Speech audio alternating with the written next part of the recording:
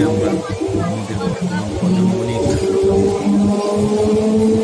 বর্তমান প্রজন্ম বলতে যে নিউ জেনারেশন, তাদের চিন্তাভাবনা, তাদের ডেভেলপমেন্ট, কেরিয়ার, এ সম্বন্ধে কিছু কথা বলবো। এদের যখন শুরুটা হলো, সেই শুরুটা মা বাবার হাত ধরে হয়। প্রথম শুরুটা 2.5 বছর বয়স থেকে শুরু হয়ে যায়। একটা প্লে হোম নামক একটা বিষয়বস্তু হয়েছে, যেখান থেকে তারা শিক্ষা নাকি প্রথম আলো পায়।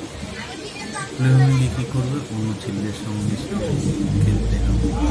মা বাবার চিন্তা ভাবনা হয়তো এখান থেকেই তার আধুনিক ইংলিশ মিডিয়াম লাইফের সূচনা হচ্ছে। 1 বছর তো ওখানে কাটবে। যখনই আপনার 4 বছর, 3.5 থেকে 4 বছর বয়স হলো, হাত ধরে আপনি চললেন কোথায়? ভালো ইংলিশ মিডিয়াম স্কুল। সেই ইংলিশ মিডিয়াম স্কুলটা কি? সেই ইংলিশ মিডিয়াম স্কুলটা হবে ভালো ইংরেজি বলা, ভালো আদব কায়দা শেখাবে, ভালো নাম্বার হবে। জীবনের ভবিষ্যতে প্রতিষ্ঠিত হতে গেলে কী কী করতে হবে সেটা সবই নাকি শেখাবে। সেটার আবার পর্যায়ক্রম এইভাবে আছে: জুনিয়র কেজি, আপার কেজি, কেজি ইত্যাদি ইত্যাদি। তারপরে তো ক্লাস 1, ক্লাস 2, ক্লাস 3, ক্লাস 4। এই যে জীবন দৌড়ে ছেলেগুলোকে আমরা ফেলে দিচ্ছি, উদ্দেশ্য একটাই, ওকে 99% পেতে। আচ্ছা বলুন তো, 99% পেলে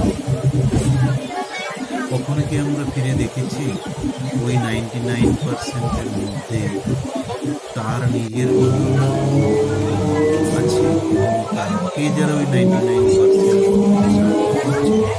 তাদের ভূমিকা দেখা যাবে সেই 60% কিন্তু ও নিজে 39% সেটা যদি তার অনুসরণ সকলের সহযোগিতা বলতে তার মা, এরাই হচ্ছে যে এখন একটা ছেলের জীবনের চালিকা শক্তি।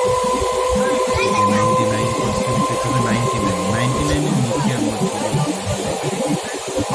আরও ভয়ঙ্কর জিনিস করতে করতে মাধ্যমিক যে যেটা আমরা সিবিএসসি ক্লাস 10 বা এসএসসি ক্লাস 10 উচ্চ মাধ্যমিক বলতে গেলে তখনই কিন্তু আমরা ভাবি যে 99 সায়েন্স আমাকে নিতে হবে, সায়েন্স ছাড়া তোমার জীবন বৃথা। আরে বাবা, ওই ছেলেটা সায়েন্স নিয়ে কি করবে? ওর সত্যিকারের সায়েন্স পড়ার ইচ্ছা আছে কিনা